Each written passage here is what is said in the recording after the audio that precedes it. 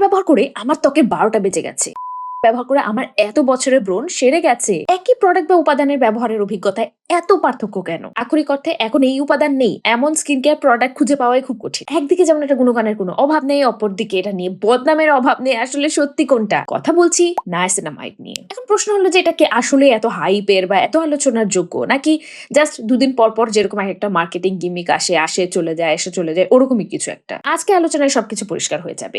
সেই সাথে আমি আপনাদেরকে বলে দিব, যদি আপনি এই উপাদানটি আপনার স্কিন কেয়ার রুটিনে অ্যাড করতে চান, তাহলে আপনার ব্যাংক ভেঙে টাকা আনতে হবে না। আর সেই সাথে শেয়ার করবো কিছু সতর্কতা বাণী, যেগুলো প্লিজ মিস করবেন না, খুবই জরুরি। এই ভিডিও শেষের দিকে থাকবে, তাই ভিডিও শেষ পর্যন্ত আমার সাথেই থাকবে। হ্যালো, আমি সারা বলছি সারা স্কোয়েস থেকে। আমি আপনাদের ত্বক চুল মেকআপ বিষয়ক সমস্যার সমাধান দেওয়ার চেষ্টা করি আমার রিসার্চ ও নলেজ থেকে। যদি আপনার তাতে আগ্রহী হয়ে থাকেন, তাহলে আমার চ্যানেলটিকে সাবস্ক্রাইব করুন এবং বেল আইকনটিতে ক্লিক করুন, যেন আমার পরবর্তী ভিডিওগুলো আপনাদের মিস না হয়। এছাড়া আপনারা চাইলে আমাকে ফেসবুক, ইনস্টাগ্রামে ফলো করতে পারেন। সেখানে আমি ছোট ছোট বিউটি টিপস দেওয়ার চেষ্টা করি। নায়াসিনামাইড হলো ভিটামিন B3 এর একটি ফর্ম, যা মাছ, মাংস, ডিম, শস্য দানায় থেকে থাকে এবং আমাদের শরীরে কিন্তু ট্রিপ্টোফ্যান নামক একটি অ্যামিনো অ্যাসিড ভেঙে এটা তৈরি করতে পারে। এটা সরাসরি কিন্তু আমাদের স্কিনের সারফেসে উৎপন্ন হয় না, কিন্তু আমাদের স্কিনের ভিতরে কোষে এটা প্রাকৃতিকভাবে কোএনজাইম হিসেবে থাকে এবং এটা কাজ হলো আমাদের কোষকে সুস্থ রাখা এবং প্রাকৃতিকভাবে আমাদের ত্বকের যে ড্যামেজ আছে সেটাকে রিপেয়ার করতে সাহায্য করা। অর্থাৎ এই কেমিক্যালটি আমাদের শরীরের ভেতরেই থাকে। এখন কথা হচ্ছে যে ডাক্তাররা, কেমিস্টরা এটাকে এত পছন্দ কেন করেন? যে কোনো একটা টপিক্যাল উপাদান, অর্থাৎ যেটা আমরা ত্বকের উপরে অ্যাপ্লাই করি, সেটাকে প্রয়োজনীয় হতে হলে আমাদের ত্বকের জন্য 3টি শর্ত পূরণ করতে হবে। নাম্বার 1 হলো পেনিট্রেশন, সেটা হচ্ছে কতটুকু সেই উপাদানটি আমাদের ত্বকের গভীরে প্রবেশ করতে পারে। নাম্বার 2 হলো মেকানিজম অফ অ্যাকশন, অর্থাৎ এই যে ভিতরে প্রবেশ করছে, এটা করে কি আদৌ কোনো কাজ করে। এবং তৃতীয় শর্তটি হলো ক্লিনিক্যাল ডাটা, অর্থাৎ এই যে উপাদানটি কাজ করে বা এভাবে কাজ করে, এটার সপক্ষে কি যথেষ্ট বৈজ্ঞানিক স্টাডি বা গবেষণা আছে, প্রমাণ আছে। এখন সুখবর হচ্ছে নাইসিনামাইড এই 3টি শর্ত খুব ভালোভাবে পূরণ করে এবং এটা খুবই পুরনো একটি উপাদান, এই কারণে এটা সপক্ষে বেশ ভালো ক্লিনিক্যাল স্টাডি আছে। এখন নাইসিনামাইড আমাদের ত্বকের ভেতর প্রবেশ করে এই জাদুটা করে কি, বা আদৌ কোনো জাদু করে? যদি আমি নাইসিনামাইডের সবগুলো কাজকে মূলত 4টি প্রধান ভাগে ভাগ করি, তাহলে প্রথমটি হলো ড্যামেজ স্কিন রিপেয়ার করা। আপনারা অনেকেই জানেন যে আমাদের স্কিন ব্যারিয়ার ঠিক রাখার জন্য সেরামাইডস কতটা জরুরি। সেরামাইডস হলো সেই আঠার মতন বস্তু, যেটা আমাদের স্কিন সেলগুলোকে একসাথে ধরে রাখতে সাহায্য করে। বৈজ্ঞানিক গবেষণায় দেখা গেছে যে নাইসিনামাইড আমাদের ত্বকে ফ্রি ফ্যাটি অ্যাসিডস এবং সেরামাইডস এর উৎপাদন বাড়াতে সাহায্য করে। এর ফলে কি হয়, আমাদের স্কিন সেলের ভেতরে যে গ্যাপগুলো আছে, এগুলো আরো ভালোভাবে পূরণ হয় এবং আমাদের ত্বকের যে পানি শূন্যতা, অর্থাৎ এই যে গ্যাপগুলো ছিল যেগুলোর মধ্যে দিয়ে পানি বের হয়ে যাচ্ছিল, সেগুলো ফিল আপ হয়ে যায়। অর্থাৎ এই ফাঁকাগুলো দিয়ে পানি আর বাষ্পীভূত হয়ে উড়ে যেতে পারে না, যার ফলে পানিগুলো ভেতরে থাকে, আমাদের ত্বক খুব সুস্থ এবং স্কিন ব্যারিয়ার মজবুত থাকে। দ্বিতীয় যে প্রধান কাজটি করে, সেটা হচ্ছে ত্বকের কালো দাগ দূর করা। কিন্তু এই কাজটি নাইসিনামাইড করে খুবই ইউনিক পদ্ধতিতে, খুবই ইন্টারেস্টিং ওয়েতে। আমাদের স্কিনের গভীরে কিন্তু একটা ফ্যাক্টরি আছে, যেটার নাম মেলানোসাইটস, যেটা মূলত আমাদের ত্বকে কালো পিগমেন্ট তৈরি করে বা মেলানিন তৈরি করে। এটাই কিন্তু মূলত আমাদের ত্বককে সূর্যের অতিবেগুনি রশ্মির হাত থেকে রক্ষা করে। বিষয়টা এরকম হয় যে যখনই আমাদের ত্বক কোনো ক্ষতির সম্মুখীন হতে যায়, সেটা সূর্যের অতিবেগুনি রশ্মি হতে পারে বা কোনো ব্রণ হতে পারে, যে কোনো কিছু হতে পারে যে বাইরে থেকে আসছে, তখনই এই মেলানোসাইটস ফ্যাক্টরির কাছে চলে যায় সিগন্যাল। সে তখন পার্সেল পাঠায়, এই পিগমেন্টের, কালো পিগমেন্টের পার্সেল পাঠায়, যেগুলোকে আসলে আমরা কালো দাগ হিসেবে দেখতে পারি। এখন সেটা মাঝে মাঝে অনেক বেশি পরিমাণে হয়ে থাকে, যে কারণে আমাদের ত্বকে অতিরিক্ত পিগমেন্টেশনের সমস্যা দেখা দেয়। তো নায়াসিনামাইড কাজটা করে ফ্যাক্টরির গেটে দাঁড়িয়ে থাকা দারোয়ানের মতো। তো সে দাঁড়িয়ে থেকে বলে যে না, এটা অতিরিক্ত পার্সেল পাঠানো যাবে না, এবং এটার ফলেই মূলত আমাদের ত্বকে যে অনেক বেশি হাইপার পিগমেন্টেশন ফর্ম করা বা কালো দাগ দেখা দেওয়া, সেটা রোধ হয়। ফলে স্কিনের যে পিগমেন্ট, সেটা স্কিনের ভিতরে ঠিকই তৈরি হবে, কিন্তু উপরে ভেসে উঠবে না এবং এই কালো দাগটি দেখা যাবে না। দারুণ না? আমার উদাহরণগুলো যদি আপনাদের কাছে ভালো লেগে থাকে বা বুঝতে সুবিধা হয়, তাহলে অবশ্যই আমাকে কমেন্ট সেকশনে জানাবেন। এখন আসি তৃতীয় প্রধান কাজ। যাদের অয়েলি স্কিন, তাদের জন্য নাইসিনামাইড একটি আশীর্বাদ, কারণ ক্লিনিক্যাল স্টাডিজে প্রমাণিত হয়েছে নাইসিনামাইডের একটি সেবোস্টেটিক ইফেক্ট আছে, যার মানে হলো এটা স্কিনের সেবাম বা তেলের উৎপাদন কমিয়ে আনতে সাহায্য করে, অর্থাৎ নিয়ন্ত্রণ করতে সাহায্য করে। এখন তেল কম হওয়া মানেই কিন্তু পোর ক্লগ হওয়া কমে যাবে, একনি হওয়া কমে যাবে, এবং এই বৈশিষ্ট্যটাই নাইসিনামাইডের এত বেশি পপুলার হওয়ার পেছনে অন্যতম একটি প্রধান কারণ। এবং চতুর্থ উপকারিতাটি হলো অ্যান্টি এজিং গুণাবলী। এখন যেহেতু এটা আমাদের স্কিনের কোলাজেন উৎপাদন বাড়াতে সাহায্য করে, স্কিন ব্যারিয়ার মজবুত করে, এটা কিন্তু আমাদের ত্বকে প্রিম্যাচুর এজিং বা বয়সের আগেই যে বার্ধক্যের ছাপগুলো দেখা দেয়, সেটা কমিয়ে আনতে সাহায্য করে। তাই এটার খুবই চমৎকার অ্যান্টি এজিং বেনিফিটস রয়েছে।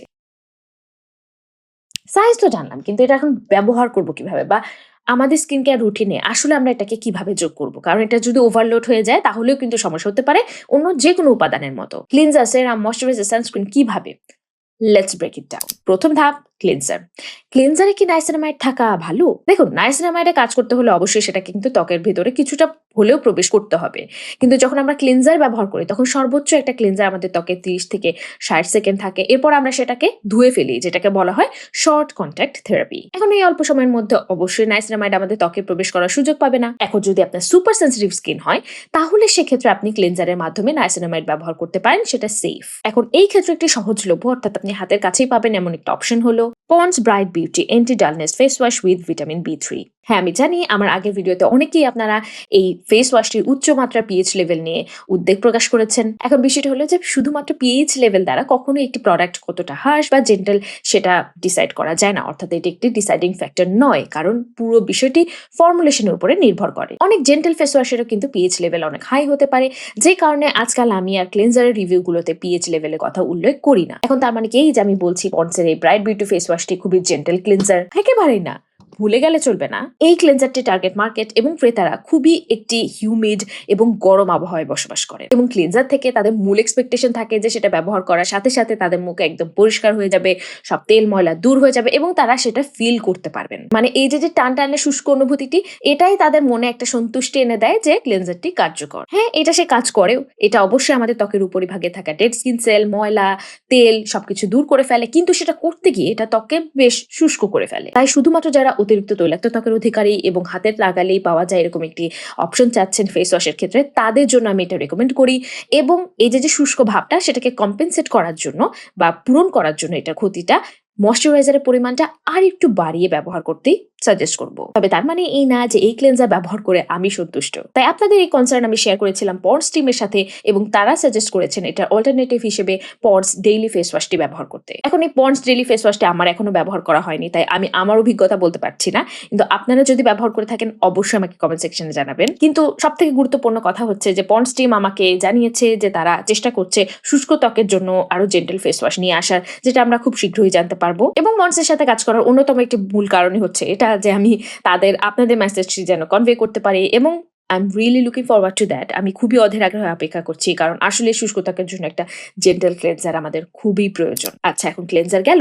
যদি আপনার ত্বক এত বেশি সেন্সিটিভ না হয়ে থাকে তাহলে আসলে ক্লেনজার ব্যবহার করে আপনি নাইসিনামাইডের গুণাবলী এত একটা পাবেন না। সেক্ষেত্রে আপনার জন্য বেস্ট অপশন হবে নাইসিনামাইড যুক্ত সেরাম। নাইসিনামাইড ব্যবহারের সব থেকে পপুলার অপশন হচ্ছে সেরাম ফর্মে ব্যবহার করা, যেটা ক্লেনজার টোনারের পরে এবং ময়শ্চারাইজারের আগে ব্যবহার করতে হয়। তবে এখানে একটু ওয়ার্নিং আছে, সেটা হচ্ছে পার্সেন্টেজ ম্যাটার্স। অধিকাংশ স্টাডিতে দেখা গেছে 2 থেকে 5% নাইসিনামাইড ব্যবহার করলেই সর্বোচ্চ বেনিফিট পাওয়া যায়। যদিও বাজারে 10% থেকে উপরের নাইসিনামাইডের অনেক ছড়াছড়ি আছে, জনপ্রিয়তাও আছে, মানুষ উপকার পেয়েছে, কিন্তু তারপরও বেশি মানেই আসলে সবসময় ভালো না বা সবার জন্য ভালো না। 10% কনসেন্ট্রেশন যদি আপনার ত্বকে স্যুট করে যায় তাহলে অবশ্যই খুবই ভালো, কিন্তু অনেকের ক্ষেত্রেই 10% অনেক বেশি হয়ে যায় এবং সেটা থেকে ইরিটেশন দেখা দেয় এবং শুরু হয়ে যায় নাইসিনামাইড ভীতি। তাই আমার পরামর্শ হবে আপনি যদি বিগিনার হয়ে থাকে তাহলে 2 to 5% এর মধ্যেই থাকুন। এক্ষেত্রে আমি আপনাদেরকে একটা ভালো সাজেশন দিতে পারি, যেটা হলো Pond's bright beauty serum with 12% glutaniacinamide complex. না, এতে 12% নাইসিনামাইড নেই, এটা মূলত গ্লুটাথাইন প্রিকারসর এবং নাইসিনামাইডের চমৎকার ব্লেন্ড রয়েছে। এই সেরামে থাকা গ্লুটাথাইন এবং নাইসিনামাইড খুবই চমৎকার অ্যান্টিঅক্সিডেন্ট। এর পাশাপাশি রয়েছে হাইলুরোনিক অ্যাসিড, যা ত্বকে হাইড্রেশন যোগায়। ভিটামিন সি রয়েছে খুবই সহনীয় মাত্রায়, এবং সেই সাথে স্কিনের সফটনেস বজায় রাখতে ভিটামিন ই, গ্লিসারিন এবং অ্যালান্টয়েড রয়েছে। লাইট ওয়েট বিধায় তৈলাক্ত ত্বক সহ সব ধরনের ত্বকের জন্য মানানসই। এখন ধরুন আপনি সেরাম চাচ্ছেনই না, আপনি আপনার স্কিন কেয়ার রুটিনটি একদম সিম্পল রাখতে চান, ক্লিনজার, ময়শ্চারাইজার, সানস্ক্রিন, এবং আপনি চাচ্ছেন আপনার ময়শ্চারাইজার নাইসিনামাইড থাকুক। সেটা কোনো সমস্যা নেই। শীতকালে বা ড্রাই ওয়েদারে নাইসিনামাইড যুক্ত ময়শ্চারাইজার একটা গেম চেঞ্জার, কিন্তু আমাদের বাংলাদেশে আসলে বছরের বেশিরভাগ সময় থাকে অনেক বেশি গরম।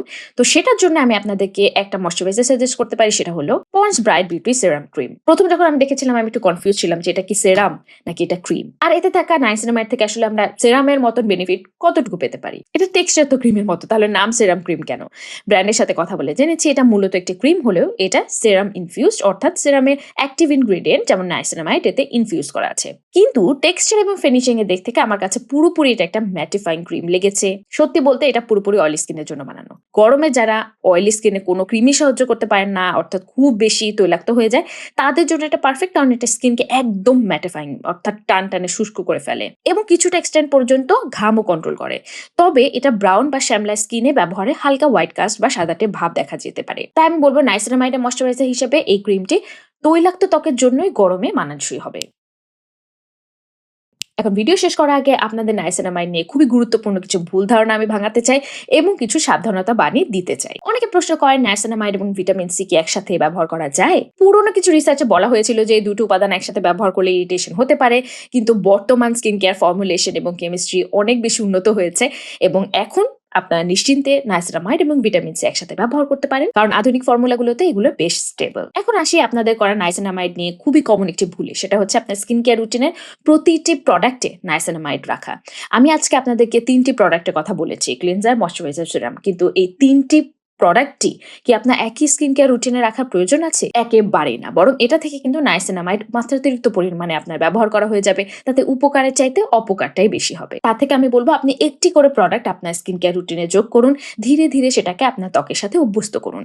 আপনি যদি সঠিক উপায়ে নাইসিনামাইড ব্যবহার করতে পারেন তাহলে এটা থেকে আপনি ম্যাক্সিমাম বেনিফিট পেতে পারেন এবং বাকিদের মতো আপনিও তখন নাইসিনামাইডকে ভালোবাসতে শুরু করবেন। আর যাদের অনেক বেশি সেন্সিটিভ স্কিন তারা অবশ্যই প্যাচ টেস্ট করে ব্যবহার করবেন, কারণ যে কোনো উপাদানই সব ধরনের ত্বকের জন্য মানানসই হয় না বা সবার জন্য নয়। কিছু কিছু স্কিন বা কিছু কিছু মানুষ থাকতেই পারেন যাদের ত্বক যে কোনো উপাদানে রিয়েক্ট করে, তাই অবশ্যই প্যাচ টেস্ট করেই ব্যবহার করবেন। আজকে এই নাইসিনামাইড সম্পর্কিত তথ্যবহুল ভিডিওটি স্পন্সর করার জন্য অসংখ্য ধন্যবাদ দিতে চাই পন্ডস বাংলাদেশকে। তাদের প্রোডাক্টগুলো আপনারা ব্যবহার করে থাকলে অবশ্যই সেই অভিজ্ঞতা আমার সাথে কমেন্ট সেকশনে শেয়ার করবেন। তাহলে দেখা হবে পরবর্তী ভিডিওতে, ততদিন পর্যন্ত ভালো থাকুন, সুস্থ থাকুন। This is Sara, signing off today from Sara's Quest.